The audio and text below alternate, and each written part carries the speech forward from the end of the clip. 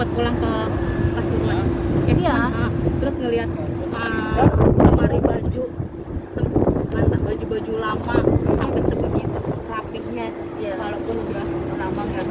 Kalau aku sih baju di rumah kampung itu biasanya dari Jakarta yang udah nggak kepake, yang udah berapa kali pakai, aku pulangin. Dan sengaja aku pulangin bukan untuk dikekepin, tapi lebih mempermudah kalau seandainya ada artis-artis di daerah Jawa Timur atau teman-teman dekat.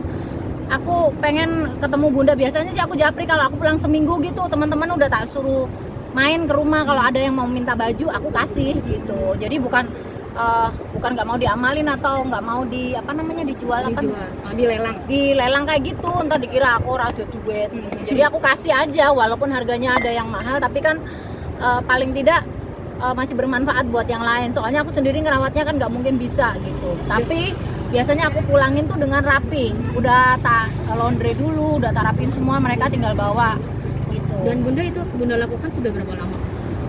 Sebenarnya aku sudah lama, udah 20 tahun.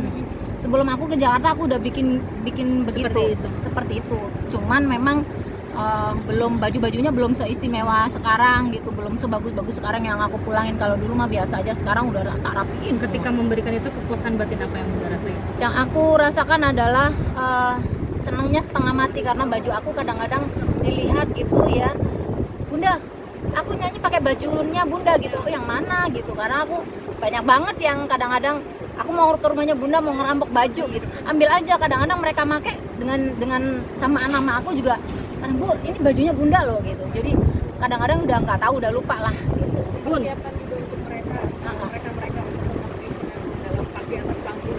Iya, aku sih mengajarkan itu, karena kan kalau baju yang lama-lama jadul-jadul banget aku nggak mungkin kasih, aku buat memori aja.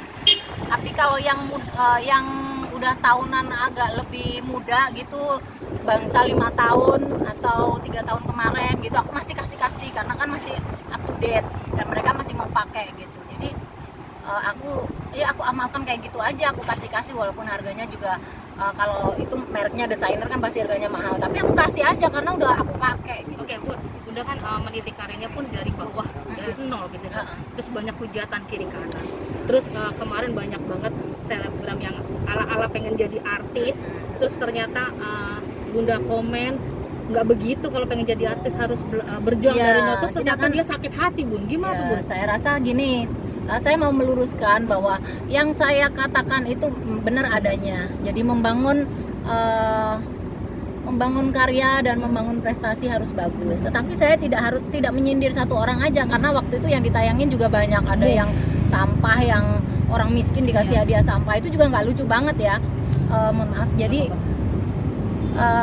tidak satu orang aja yang saya omongin seperti itu. Jadi kalaupun ada yang tersinggung, ya sangat kepedean menurut saya. Jadi saya mohon maaf kalau seandainya ini sangat menyinggung. Tetapi kata-kata saya itu benar-benar mengajak dan mengarahkan adik-adik saya supaya membangun citra yang baik, image yang baik. Karena kasihannya kepada siapa? Kepada orang-orang yang sudah membangun karyanya bertahun-tahun.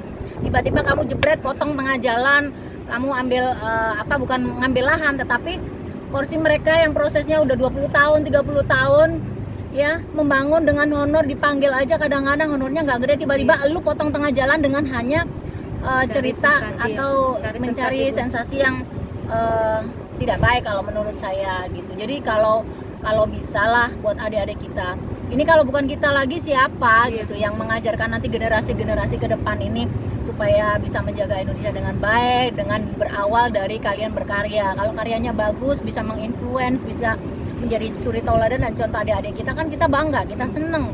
Jadi kita kalaupun udah dewasa, udah tua, nantinya melihat generasi yang baru-baru semuanya dengan karya yang cukup besar, kan kita bangga, kita seneng gitu. Bun, tapi Bunda ditantang loh. Oh, biarin aja, saya nggak perlu meladenin. Tetapi yang jelas saya berharap adik-adik saya, siapapun itu yang merasa tersinggung dengan omongan saya minta maaf. Tetapi yang jelas cobalah kita membangun kreativitas yang penuh prestasi, kurangin sensasinya. Kalau memang ada sensasi, bikin sensasi yang benar-benar yang yang membangun gitu ya. Kalau menurut aku seperti itu. Jadi sekarang viral dengan sangat mudah. Ya itu sedih banget ya kalau viral dengan sangat mudah. Tapi yang jelas wadahnya, yang memberi wadah juga harus berpikir dua kali kalau memang tayangannya ini berbobot atau tayangannya memang menghasilkan, jangan menghasilkan duit aja tapi menghasilkan contoh yang baik kepada masyarakat itu. Kadang dibilang iri nggak sih? Bun. Insya Allah enggak.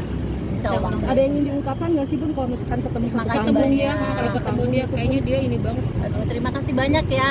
Cukup saya memberikan komentar ini. Jadi mudah-mudahan kita semuanya menjadi generasi muda yang bijak dalam menghadapi sosial media, mencari duit boleh yang halal, tetapi kalau bisa jalannya jangan dengan hal-hal yang negatif. Bun, Vicky tema terakhir, persiapan, Bun. ha? Persiapan Vicky pernikahan sudah, Vicky dan Kalina. udah, ha? Dengar nggak? Atau Udah ikut dengar karena kan dilibatkan, sahabat deket sekarang ya. Jadi ya alhamdulillah untuk Mas Vicky dan Mbak Kalina kemarin sudah sempat sharing, sempat curhat bahwa kalian udah punya masa lalu sendiri-sendiri dan punya pengalaman gak enak sendiri-sendiri. Tapi kemarin sharing sama aku gimana sih Bunda 25 tahun lebih sama Mas Adam. Ya karena saya mencari kekurangannya Mas Adam. Kalau kekurangannya kita bikin menjadi kesempurnaan, itu insya Allah kita bisa barengan gitu. Jadi jangan melihat kelebihannya pasangan, melihat kekurangannya bagaimana kita bisa mengimbangi, bagaimana kita bisa menghilangkan dan bisa melupakan itu, bisa membuat jadi bagus, jadi yang luar biasa. Untuk kesempurnaan dalam rumah tangga ya memang pertama modalnya harus saling percaya dan harus menerima kekurangan masing-masing. Tapi banyak yang meragukan Bun, netizen Bun, tentang hubungan mereka seperti tanggapannya. Kalau aku sejauh ini Kalina enggak gitu. Mas Vicky juga kayaknya udah bilang, aku kayaknya udah cukup deh main-main, soalnya umurku udah segini gitu, aku kapan lagi, sedangkan anak-anakku juga perlu ibu. Jadi mudah-mudahan calon pengantin ini benar-benar kita doakanlah sakinah mawadah warohmah nanti ke depan. Tapi mereka di mata Bunda seperti apa sih Bun? pasangan dua pasangan ini. Kalau aku sih melihat dari pantauan aku sendiri ya, insya Allah akan bertahan kalau seandainya kuat Mas Vicky dan Mbak Kalina dalam menjalani hidup rumah tangga, karena mereka sama-sama out di dunia entertain tiap hari. Lihat Mas Vicky lihat orang cantik, Mbak Kalina juga lihat orang ganteng yang lebih ganteng, lebih hebat dari Mbak Kalina juga. Tapi yang membuat mereka bersatu adalah bagaimana mereka merangkum cinta mereka dengan segala kekurangan itu bisa menjadi kesempurnaan.